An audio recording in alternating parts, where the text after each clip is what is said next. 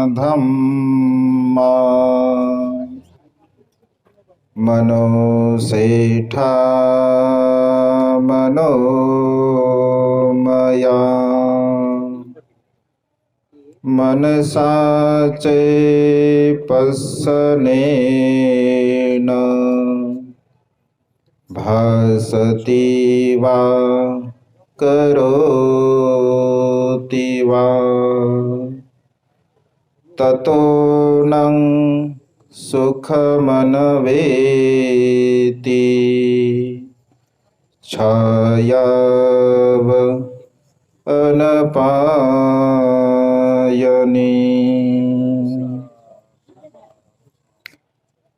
विश्ववंदनीय विश्व शांतिदूत प्रज्ञा शील समाधीचे उद्गाता महान करुणावान करुणेचा सागर तथागत सम्यक संबुद्ध तथागतांचा पावन पवित्र सद्धम्म, त्या सद्धम्माचा सातत्याने प्रचार आणि प्रसार करणारा सदापूजनीय भिक्खू संघ, बुद्ध धम्म आणि संघ या महान तीन रत्नाची आम्हा सर्वांना माहिती करून देणारे, आम्हा सर्वांचा आधारस्तंभ, भारतीय घटनेचे शिल्पकार, बोधिसत्व गुणवेतांग डॉक्टर बाबासाहेब आंबेडकर यांच्या धम्मक्रांतीमध्ये संपूर्ण जीवन समर्पित करतो।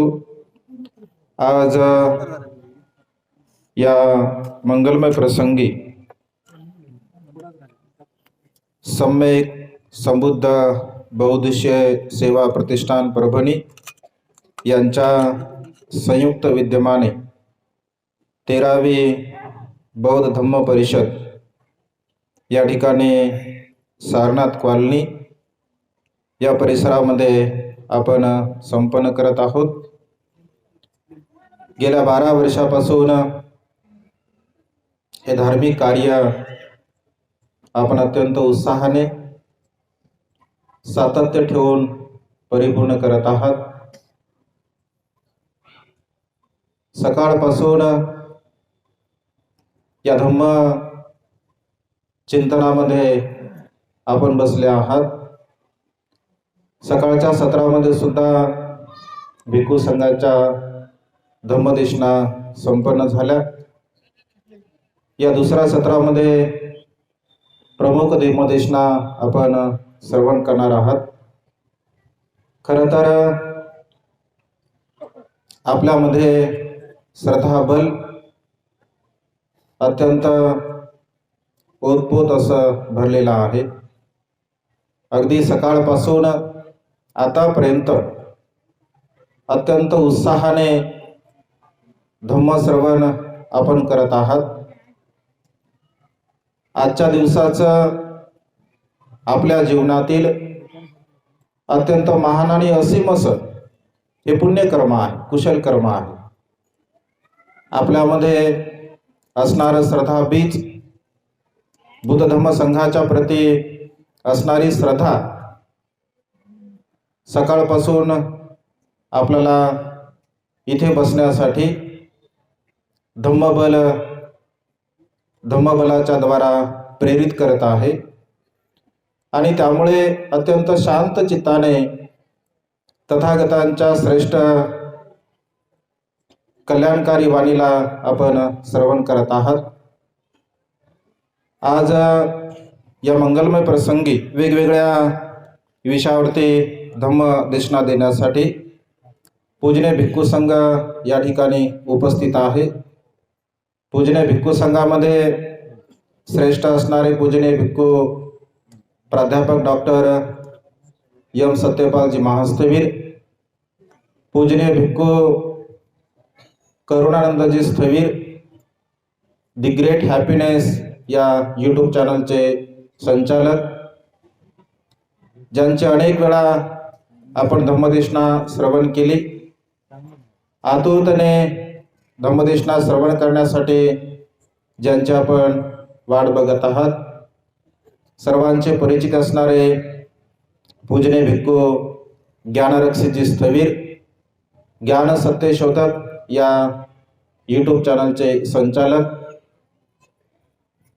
भारत बौद्धमय मिशन याद्वारा बाबासाहेबांच्या धम्मक्रांतीला अधिक गतिमान करण्यासाठी, बाबासाहेबांच्या स्वप्नातील भारत निर्माण करण्यासाठी अहोरात्र धम्माचा प्रचार आणि प्रसार करून 7 एकर जमीन यांनी खरेदी करून खऱ्या अर्थाने बाबासाहेबांच्या धम्मकार्याला सुरुवात केली. ज्यांनी अत्यंत सुंदर आणि मार्मिक असे देशना आपणा सर्वांच्या हितासाठी सुखासाठी दिली. असे पूजनीय भिक्खू एन धम्मानंदजी स्थवीर सर्च रिसर्च या यूट्यूब चॅनलचे संचालक, उपस्थित सर्व आर्य उपस्थित सुद्धा आहेत, सर्व श्रद्धा संपन्न उपासक उपासिका, बालक तथा बालिकांनो, त्याचप्रमाणे प्युरिटी ऑफ माइंड या यूट्यूब चॅनलचे दर्शक, आपणा सर्वांच्या प्रती मंगलमैत्रीची भावना या ठिकाणी व्यक्त करतो. कर्म हा नैतिक व्यवस्थेचा आधार आहे या विषयावरती थोडक्यामध्ये माझ्या अल्पशा ज्ञानाला अनुसरून मी धम्मदेशना देण्याचा प्रयत्न करतो. बुद्ध धम्म आणि संघाच्या प्रती अनंत श्रद्धाभाव उत्पन्न करून ही देशना आपण श्रवण करायच्या. कर्म हा मानवी जीवनाचा नैतिक आधार आहे. बुद्ध आणि त्यांचा धम्म या ग्रंथामध्ये बाबासाहेबांनी धम्म म्हणजे काय या चॅप्टरमध्ये एक चॅप्टर कर्माच्या संदर्भामध्ये सुद्धा दिलेला आहे. कर्म हा शब्द जेव्हा आपण श्रवण करतो, ऐकतो, कर्म म्हटल्याबरोबर अनेक लोकांना शंका कुशंका मनामध्ये निर्माण होते. स्वर्ग नाही, नरक नाही, पाप नाही, पुण्य नाही, कर्म नाही, अशा प्रकारे अनेक लोकांचं म्हणणं सुद्धा असतं. कारण अनेक प्रकारच्या विचारांचा गोंधळ निर्माण झाल्यामुळे खरं तर तथागतांचा महत्त्वपूर्ण सिद्धांत अनेक लोकांना समजला नाही. परंतु कर्माच्या संदर्भामध्ये जर आपण थोडं चिंतन केलं, मनन केलं, तर अगदी सहज समजण्यासारखा हा सिद्धांत आहे. एक वेळचा प्रसंग आहे. भगवंत श्रावस्ती नगरीमध्ये वास्तव्य करत होते आणि श्रावस्ती नगरीमध्ये वास्तव्य करत असताना एक शुभ मानवक नावाचा सदगृहस्थ भगवंताकडे येतो आणि भगवंताला प्रणाम करतो. आणि प्रणाम केल्यानंतर तो म्हणतो की भगवान, काय कारण आहे, भगवान काय हेतू आहे, काय प्रत्यय आहे, भगवान मनुष्यासारखे दिसतात परंतु सारखे मात्र नाही. काय कारण आहे भगवान? काही लोक अत्यंत सुंदर असतात. काय कारण आहे भगवान? काही लोक अत्यंत कुरूप असतात. काय कारण आहे भगवान? काही लोक अत्यंत प्रज्ञावान असतात. काय कारण आहे भगवान? काही लोक निर्बुद्ध असतात, अडाणी असतात. काय कारण आहे भगवान? काही लोक अत्यंत श्रीमंत असतात. काय कारण आहे भगवान? काही लोक अत्यंत गरीब असतात. काय कारण आहे भगवान?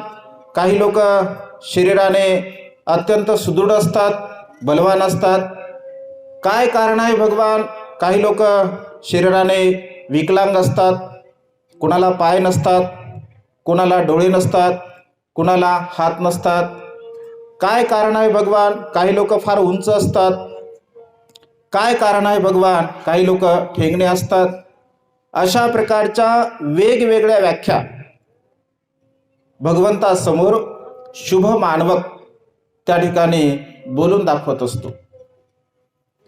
तेव्हा भगवंत असे म्हणतात की शुभ मानवक मनुष्याच्या जीवनामध्ये शारीरिक दृष्टिकोनातून आणि आध्यात्मिक दृष्टिकोनातून भौतिक दृष्टिकोनातून जे काही प्राप्त होत असते त्याला कर्म हा आधार आहे। कर्माशिवाय या सृष्टीमध्ये काही सुद्धा घडल्या जात नाही। कर्माशिवाय इथे काही सुद्धा होत नाही। कर्म जशा प्रकारचे असतील तशा प्रकारे मनुष्य आपल्या संसारामध्ये सुखाच्या अवस्थेने अथवा दुःखाच्या अवस्थेने जीवन जगत असतो। कर्म या सिद्धांताच्या संदर्भामध्ये आपण चिंतन करत असताना, मनन करत असताना आत्मा आणि कर्म याचा काही संबंध नाही। अनेक लोकांच्या मनामध्ये असा भ्रम होतो किंवा अनेक लोकांना असं वाटतं किंवा अन्य धर्मामध्ये अशी संकल्पना सुद्धा केली गेली आहे की मनुष्य जोपर्यंत आपल्या कर्माच्या आधाराने 84,000 योनीमधून जोपर्यंत निघून जात नाही तोपर्यंत तो दुःखमुक्त होत नाही। अशाही प्रकारे काही धर्मामध्ये संकल्पना आहे। आणि भगवंताने जर आत्मा सांगितला नाही, बाबासाहेब सुद्धा असं म्हणतात की आत्मा नावाची कोणतीही गोष्ट, कोणतीही वस्तू आपल्या शरीरामध्ये नाही। मग आत्मा जर नाही तर कर्म सुद्धा नाही। अशा प्रकारे सहज आपला भाव होत असतो।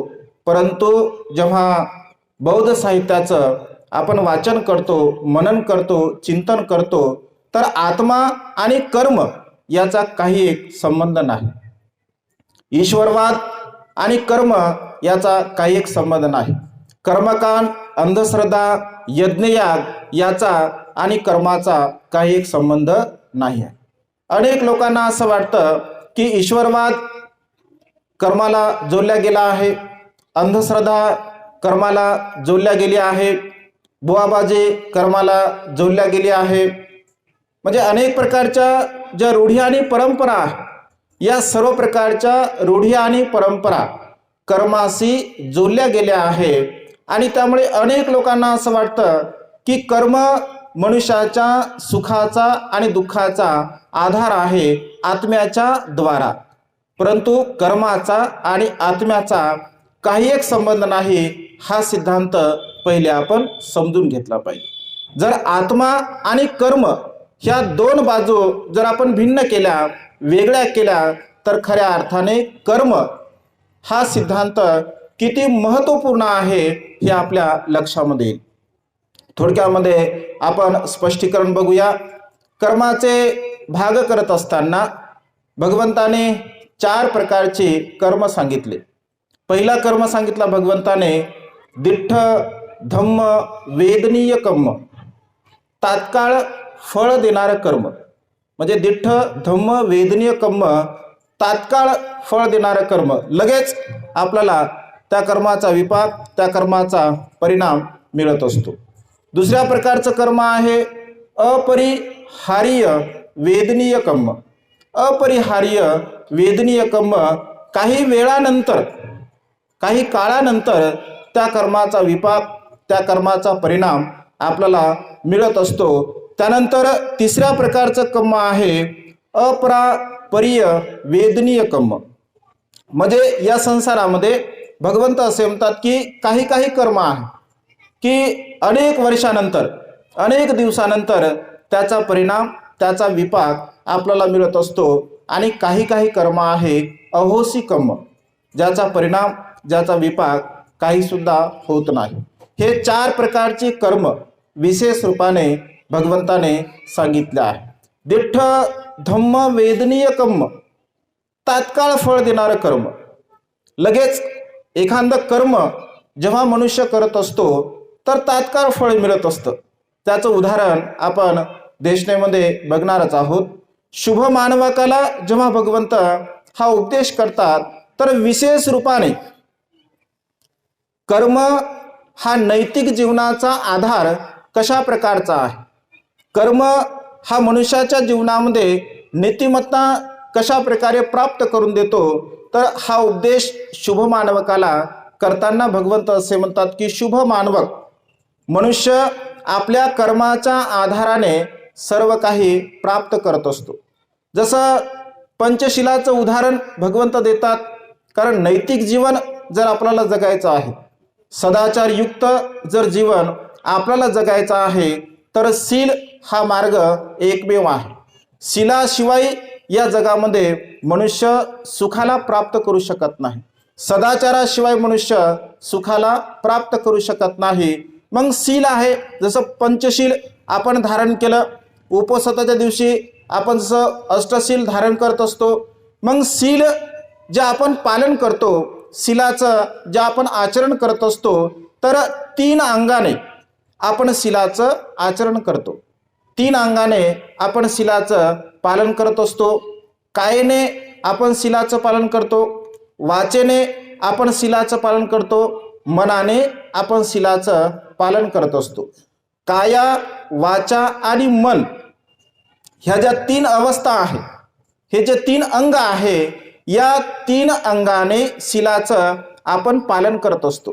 मग कर्म जो आपल्या जीवनामध्ये घडल्या जातं, किंवा कर्म हा नैतिक जीवनाचा आधार कशा प्रकारे होऊ शकतो, तर मनुष्य या 10 अंगाने म्हणजे कायेचे 3 कर्म, वाचेचे 4 कर्म आणि मनाचे 3 कर्म, या 10 अंगाने मनुष्य जे कर्म करत असतो, त्या कर्माच्या आधाराने मनुष्याला सुख आणि दुःख प्राप्त होत असते.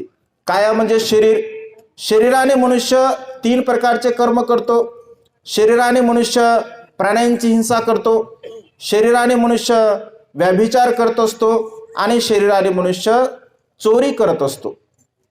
हे 3 कर्म आपल्या शरीराने मनुष्य करतो. आपल्या वाणीने मनुष्य खोटं बोलतो, निंदा नलस्ती करतो, चहाडी चुगली करतो, व्यर्थ बडबड करत असतो. आपल्या मनाने मनुष्य राग करतो, द्वेष करतो, लोभ करतो, मोह करतो. एकंदरीत काया, वाचा आणि मन या 3 अवस्थेच्या द्वारा आपण जे काही कर्म करत असतो, तर त्या कर्माच्या आधाराने आपण सुख अथवा दुःखाला प्राप्त करत असतो. भगवंताने प्राण्यांची हिंसा करू नये असं म्हटलं आहे. मग प्राण्यांची हिंसा आपण करू नये, ऐक ना, नकारात्मक सांगितलं आहे की बा मी प्राण्यांची हिंसा करणार नाही असं शील ग्रहण करतो. मग प्राण्यांची हिंसा मी करणार नाही तर काय केलं पाहिजे? प्राण्यांची हिंसा मी करणार नाही असं शील आपण ग्रहण करतो. मग प्राण्यांची हिंसा मी करणार नाही तर काय केलं पाहिजे? मग म्हणजे तुमची काय परीक्षा घेण्यासाठी विचारत नाही मी, कर्म ऐक ना, कर्म आपण समजून घेतोय की नेमकं कर्म कसं समजून घ्यायचं आहे आपल्याला, ऐक नाही. जसं शील आपण ग्रहण करतो, मी प्राण्यांची हिंसा करणार नाही, या शीलाचं जर तुम्हाला पालन करायचं आहे, या शीलाचं जर तुम्हाला आचरण करायचं आहे, तर मी प्राण्यांची हिंसा करणार नाही, अर्थात मी मैत्री भावना करेल. मी मैत्री भावना करेल, मी कोणत्या प्राण्याला मारणार नाही, कोणत्या प्राण्याला इजा करणार नाही, कोणत्या प्राण्याला त्रास देणार नाही. मग हे शील कधी पालन करू शकतो आपण? जेव्हा मैत्री भावना आपण करू शकतो. जर मैत्री भावना आपण परिपूर्ण करत असेल तर खऱ्या अर्थाने मी प्राण्यांची हिंसा करणार नाही या शीलाचं आपण पालन करत असतो.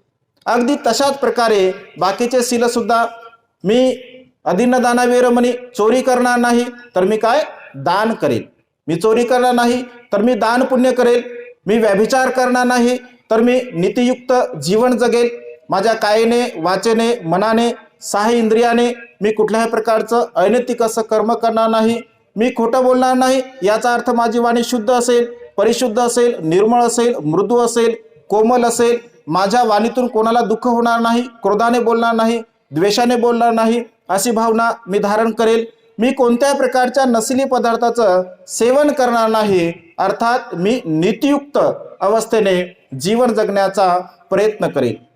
कारण या शीलाचं जेव्हा आपण पालन करत असतो तर भगवंत असे म्हणतात की प्राण्यांची हिंसा न करणारा मनुष्य आपल्या जीवनामध्ये आयुष्य, ज्याला आयुमान म्हटलं आहे, ज्याला आयुष्य म्हटलं आहे, तर आयुष्य तो प्राप्त करत असतो. ज्याला दीर्घायू म्हटलं आहे, प्राण्यांची हिंसा न करणारा मनुष्य दीर्घायू होत असतो.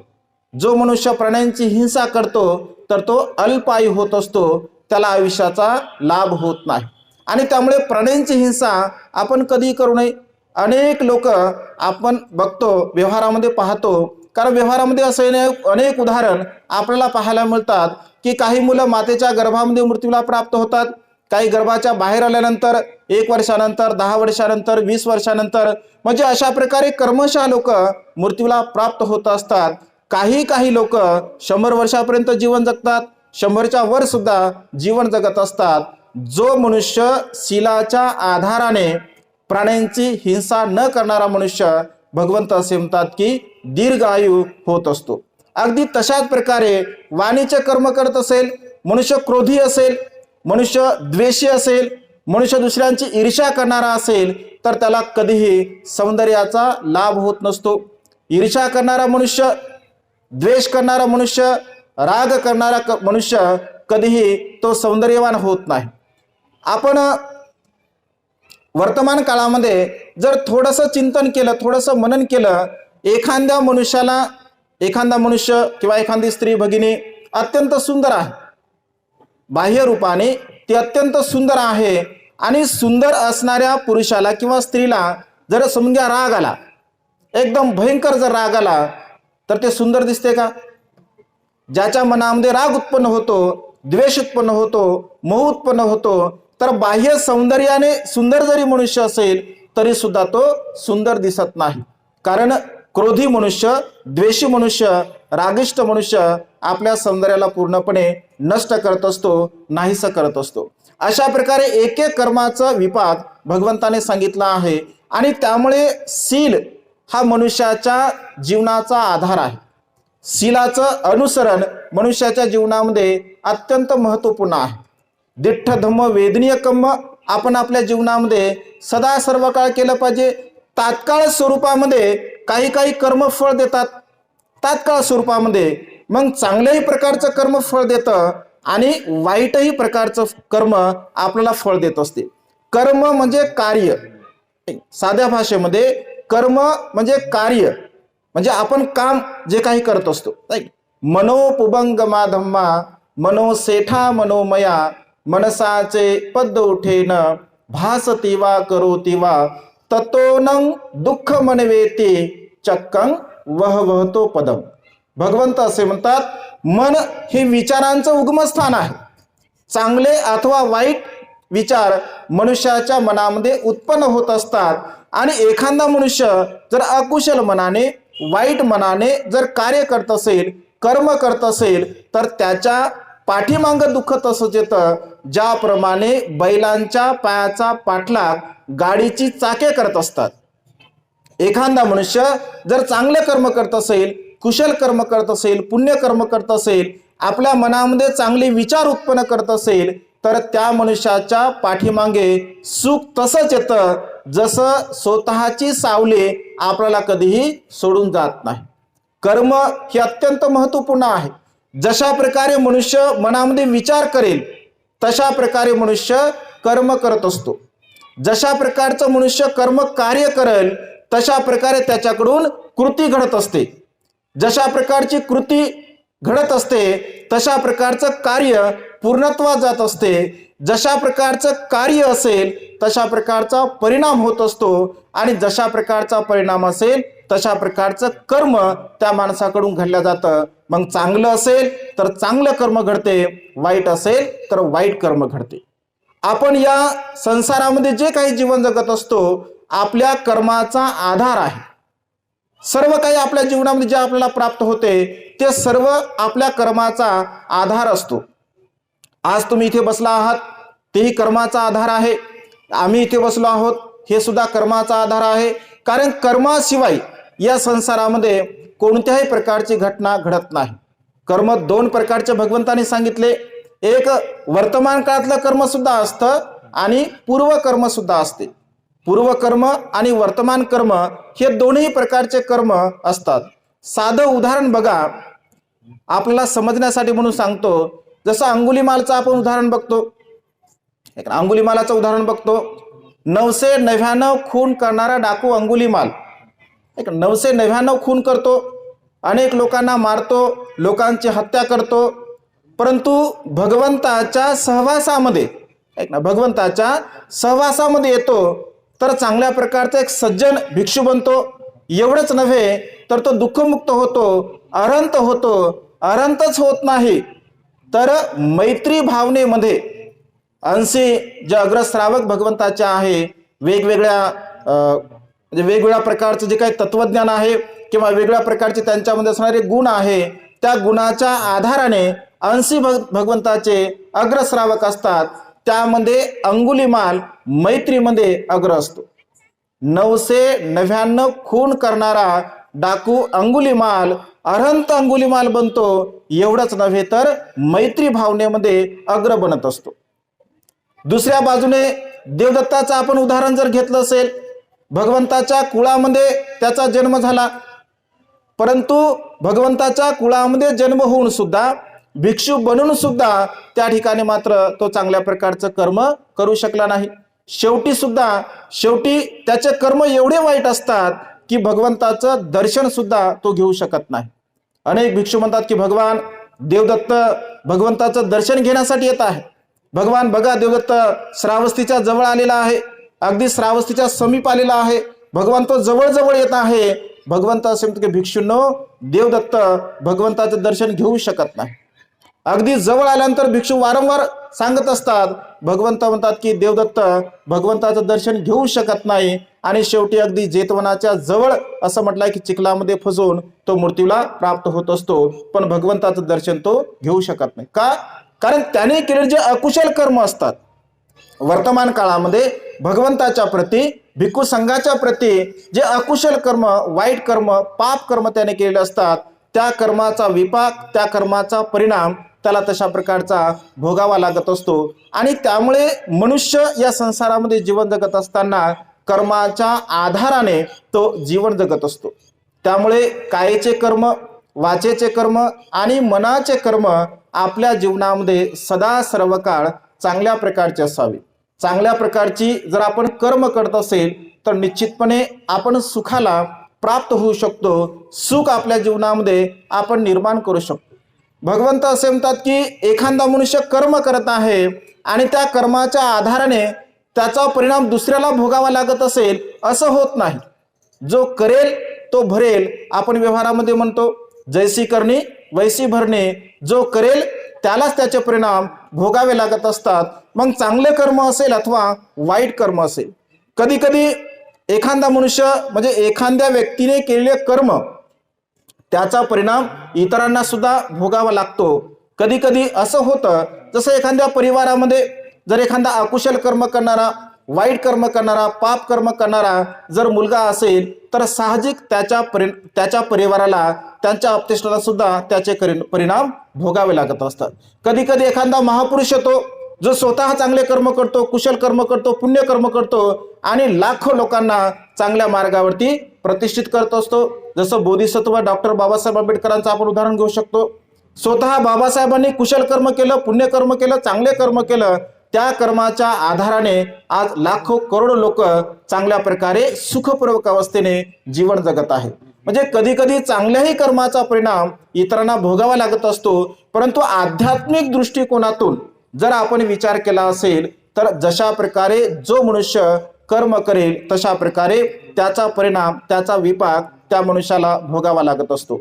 एक छोटंसं उदाहरण मी तुम्हाला सांगतो की चांगले कर्म आणि वाईट कर्म या दोन्ही प्रकारच्या कर्माचा विपाक, परिणाम आपल्याला कशा प्रकारे भोगावा लागत असतो. एक वेळचा प्रसंग आहे. भगवंत श्रावस्ती नगरीमध्ये सुमन माळी यांच्या घरी देशना देण्यासाठी भगवंत येत असतात. खुजुत्तरा नावाची एक दासी असते, सामावती एक राणी असते, उदयन राजा यांची राणी असते. उदयन राजाची राणी सामावती असते आणि तिची दासी खुजुत्तरा असते. म्हणजे कर्म तुलनात्मक दृष्टिकोनातून आपण थोडं विचार करूया. जेव्हा सामावती स्वतःसाठी भगवंताची पूजा करण्यासाठी आपल्या दासीला फुलं आणण्यासाठी म्हणजे पाठवत असते. दररोज तिला 8 कारशा पण दिले जातात फुलं आणण्यासाठी. आणि दररोज खुजुत्तरा नावाची दासी फुलं आणत असते. एक वेळचा प्रसंग आहे, ती फुलं आणण्यासाठी जेव्हा जाते तर फुलं आणण्यासाठी गेल्यानंतर सुमनमाळी तिला सांगतो की आज तुला फुलं मिळणार नाही, कारण आज जगाचे कल्याण करते सम्यक संबुद्ध भिक्खू संघासह आपल्याकडे येत आहेत. भिक्खू संघाचं भोजनदान आहे, भगवंताचं भोजनदान आहे आणि त्यामुळे भगवंताची पूजा मला करायची आहे.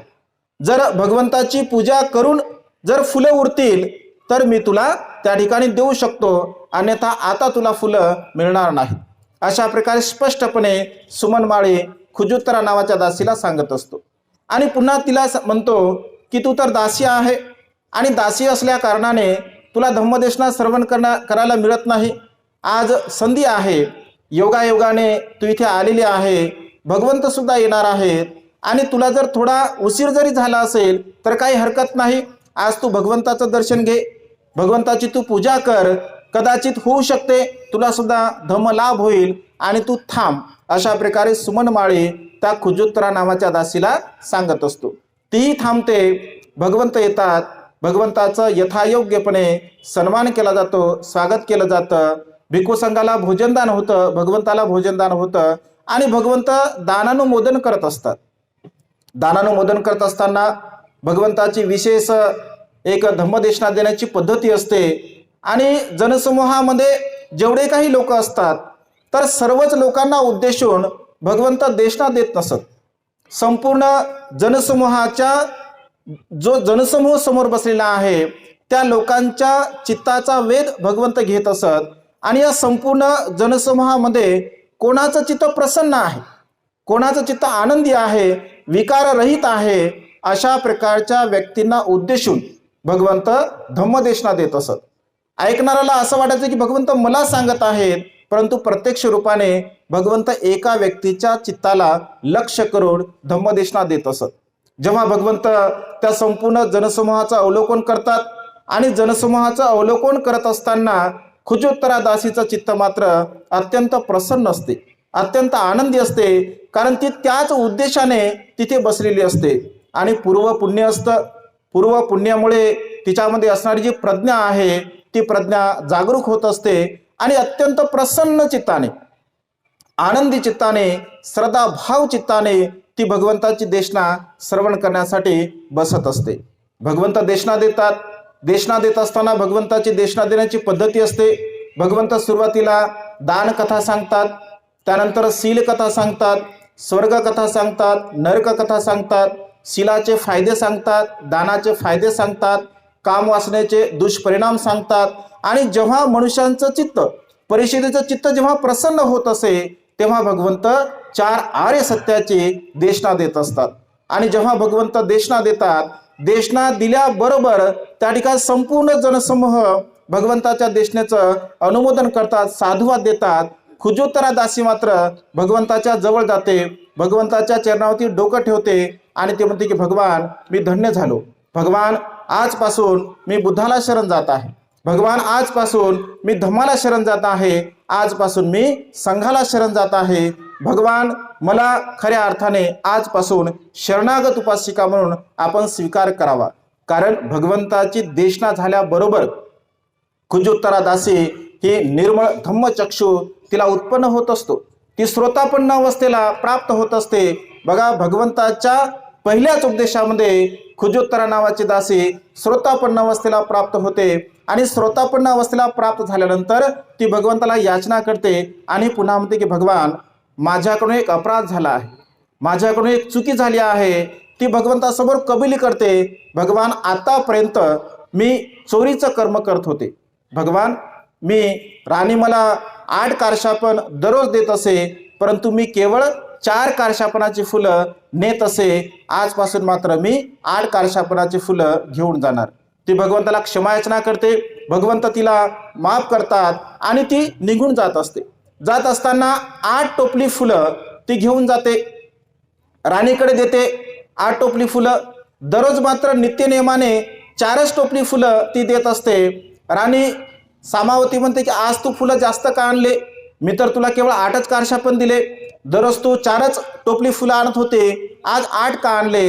तेव्हा संपूर्ण वृत्तांत त्या ठिकाणी ती सांगत असते.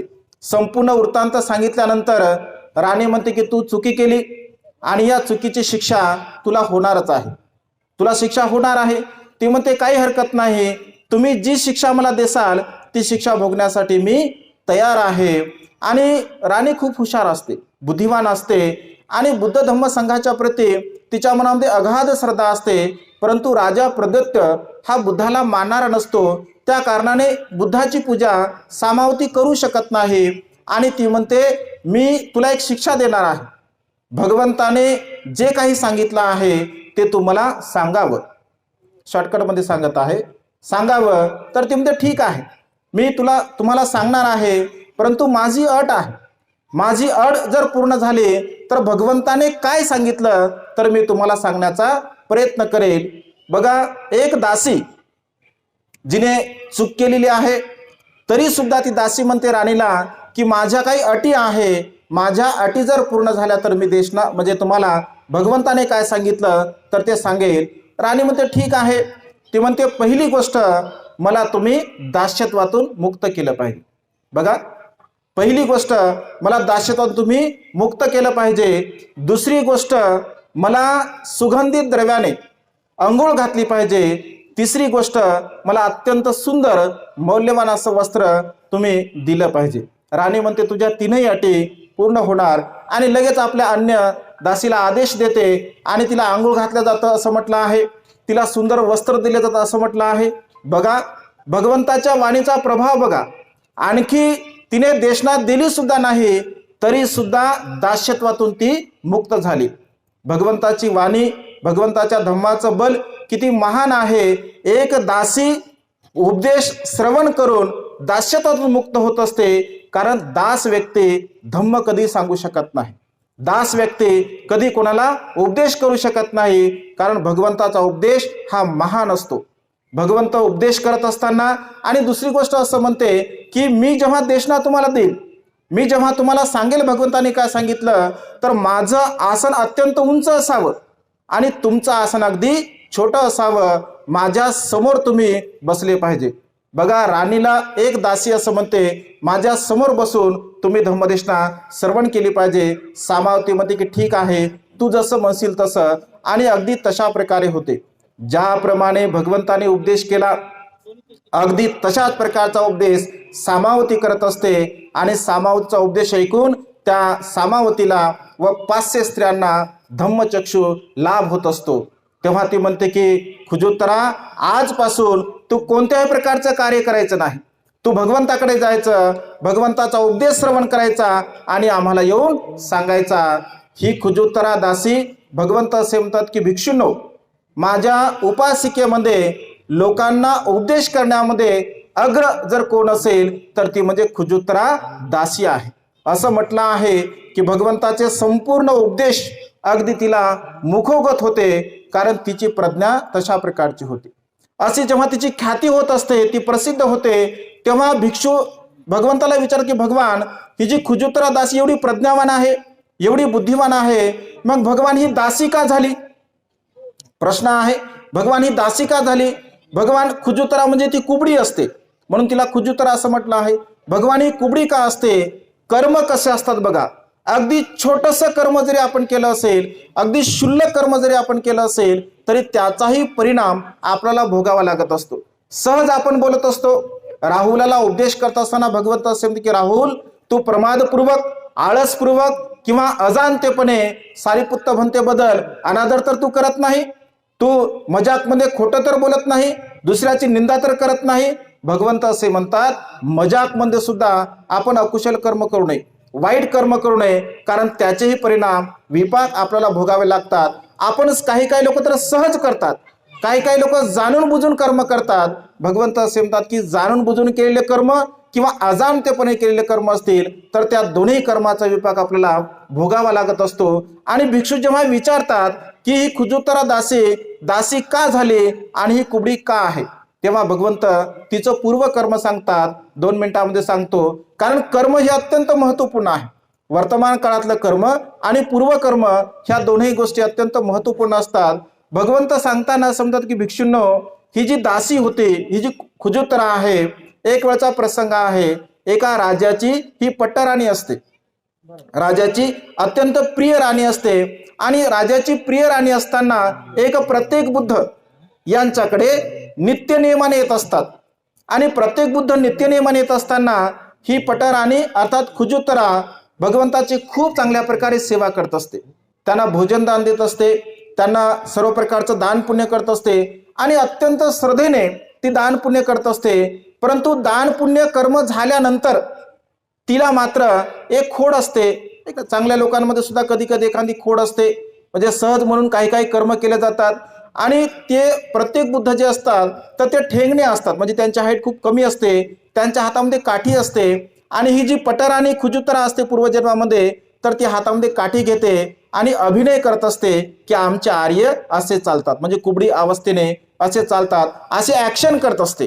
आणि भगवंत असे म्हणतात की ते प्रत्येक बुद्धाच्या संदर्भामध्ये तिने केलेलं ते कर्म असतं, त्या कर्माच्या बलाने ती अशा प्रकारे या अवस्थेमध्ये कुबडी होत असते आणि म्हणून तिला खुजुत्रा असं म्हटलं आहे. दुसरं कर्म सांगताना भगवंत असे म्हणतात, त्यांच्याच घरामध्ये एक भिक्षुणी जी अरहंत असते, दुःखमुक्त असते, ती घरामध्ये नेहमी नित्यनेमाने त्यांच्याकडे येत असते. आणि नित्यनेमाने येणारी भिक्षुणी म्हणजे जरा जवळीकता असते. भगवंत असे म्हणतात की भिक्षुणींना ती एक मुभा दिली भगवंताने की म्हणजे स्त्रियांच्या सोबत जवळीकता सुद्धा ते साधू शकतात धम्माला, म्हणजे धम्म ज्ञान देण्यासाठी किंवा धम्माच्या संदर्भामध्ये. तर ती नेहमी नित्यनेमाने त्यांच्याकडे जात असते. एक वेळचा प्रसंग आहे, तर ती मेकअप करत असते सामावती. आणि खुजुत्रा म्हणजे पूर्व पटराणी असते, तर मेकअप करत असताना तिची दासी जवळ नसते. आणि दासी जवळ नसल्या कारणाने एक सामान तिला घ्यायचं असतं, तर ती इकडे तिकडे न पाहता त्याच्या आर्या जी असतात, ज्या की अरहंत असतात, दुःखमुक्त असतात, त्यांना म्हणते आर्याजी जरा ती पेटी इकडे घ्या बरं. बघा किती साधं कर्म आहे.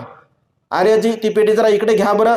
म्हणजे काम सांगणे म्हणजे काय, एखाद्या आपण दासाला किंवा नोकराला ते कार्य सांगत असतो आणि मग ती आर्याजी विचार करते, मी जर हिला म्हणजे पेटी दिली नाही तर हिच्या मनामध्ये द्वेष उत्पन्न होईल, राग उत्पन्न होईल आणि या रागाच्या द्वारा ही अनेक जन्मापर्यंत नरकगामी अवस्थेला प्राप्त होईल. परंतु मी जर हिला ही पेटी दिली तर कमीत कमी काही जन्मामध्ये ही दास्यत्वाला पत्कारेल. म्हणजे नरक यातना भोगण्यापेक्षा दास्यत्व ठीक आहे.